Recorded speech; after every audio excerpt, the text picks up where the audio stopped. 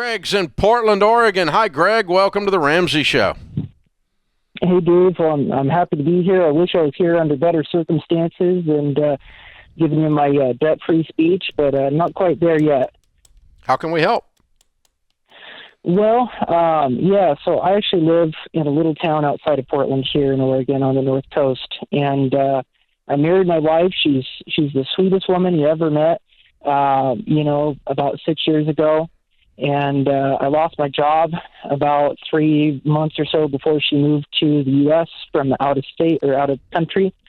I started my business with the last $350 in my bank account, and we were dirt poor for a while. I'll tell you, I'm 26 now. I've been doing it for about 5.5 years,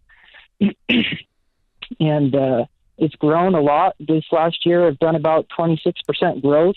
I'm just now starting to get a good wage from it.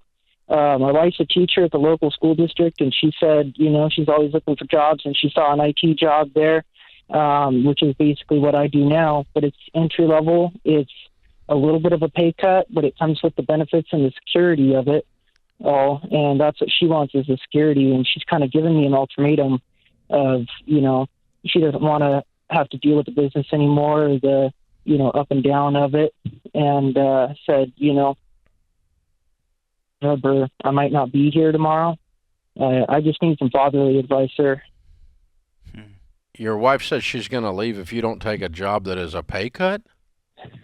She said she might, and it's one of those where I just don't know. I either call her bluff or she's flush, Hey, this has nothing to do with this job, man. There's bigger things going on in your relationship here, man. What about your world makes her feel not safe? Why would she even need to make this statement? Well, I think it's no, don't guess. Of, Don't guess. Why doesn't she feel safe? Why would she say something like that? Some months I'm way above what I would be making there, like 3-4 times, and then some months I'm just under what I'd be making there. But you're talking about dollars and cents. Who are you? Are you hard to be around in the low months?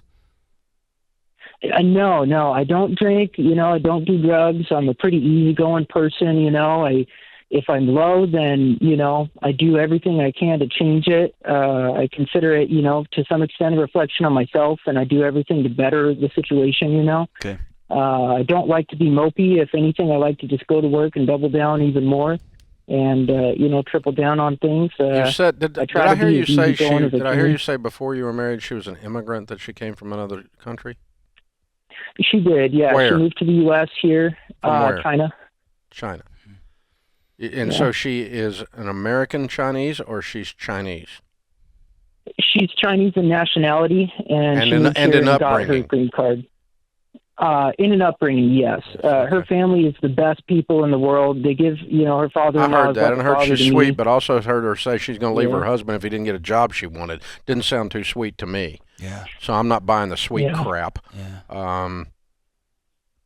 Something else is going on here, man. I don't like it at all. I don't know what.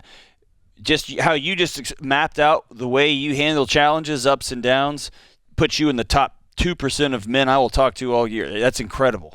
So there's something else going on here. I don't like, Dave, I don't like to get in the bluff calling game, but I would flip the lights on here and say we're going to go talk to a marriage counselor today or tomorrow. Yeah.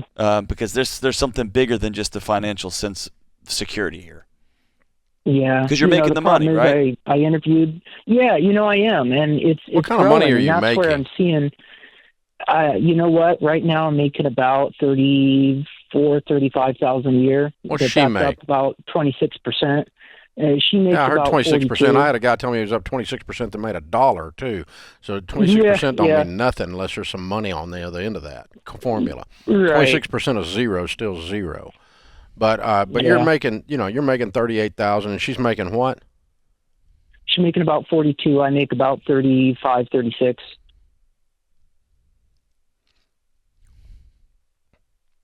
And I'm seeing the competition crumble around me. The only other store here was Staples. It just went out of business. There's one guy in the next town over that does it. It kind of does it as a hobby, and I'm starting to get clients from him saying that they're unhappy with him. And I don't ever want to knock somebody, This is not about your business. This is not about your business, my brother. Yeah. It's about your marriage. That's what I say. This isn't going to be solved with a calculator. This is going to be solved with a marriage counselor. Yeah. And this sucker's on life support. Do you believe her? Was she threatening you? Do you believe her? I don't know. She's told me before that she wasn't super happy here, and she's wondering if I was open to moving to China. And I guess at some extent I was, but right now it's just not a move I want to make. I don't have a degree, and I built this because I didn't see any other options for work in my field in the area. She's looking for an excuse to hit eject. Yeah, that's exactly right. Brother, it sounds like you're a hard worker. You stuck around longer than I would have, but it sounds like you're a grinder and you're a hard worker, and you sound like a guy of character, and you sound like a guy who controls his emotions well, and it sounds like you're married to someone who is looking for a way to get out. Yeah. And I hate to be the guy that's breaking that to you in that way. Man. No, I need to have somebody, with some experience here just tell me how it is, really. So what you want to do in a situation where we don't know, we've been on the radio with you for 2 minutes, and so it's a long, that's a fur piece from us knowing everything about what's going on over there. But you have cultural differences that are pretty extreme. Security is a different thing when you come out of a communist background. And so, and it has a different set of emotions tied to it. But we've also got this unhappiness, this wanting to return to China, and maybe this is, you didn't do it, so she felt like that gave her the release. I don't know. That's kind of what we're hypothesizing. But the only way to find out is here's what you don't want to do. You don't want to just call the bluff and then wonder what happened. You do want to enter into this with some good counseling. And so get on the phone and find a good Christian counselor in your area, find a good pastor in your area that can walk you guys through this and sit down with you and find out what is really going on. Because this is not about you taking a pay cut for her to be happy. It's kind of ridiculous when you say it out loud, actually. Even if your income's volatile. Now, if she perceives because you don't bring any money home, you plow it all back into the business, but if you had a regular job, you'd bring some money home. See, that's not a pay cut in her mind, then. That's a huge increase if you're not bringing any money into the household. Those types of things could come out in a good counseling session, but I'm with John. There's a lot going on here that leads up to this. This is not sudden. This has been coming on. It's been a slow burn for a while, and so you need to get in. What you don't want to have is regret that you didn't try everything. That's right.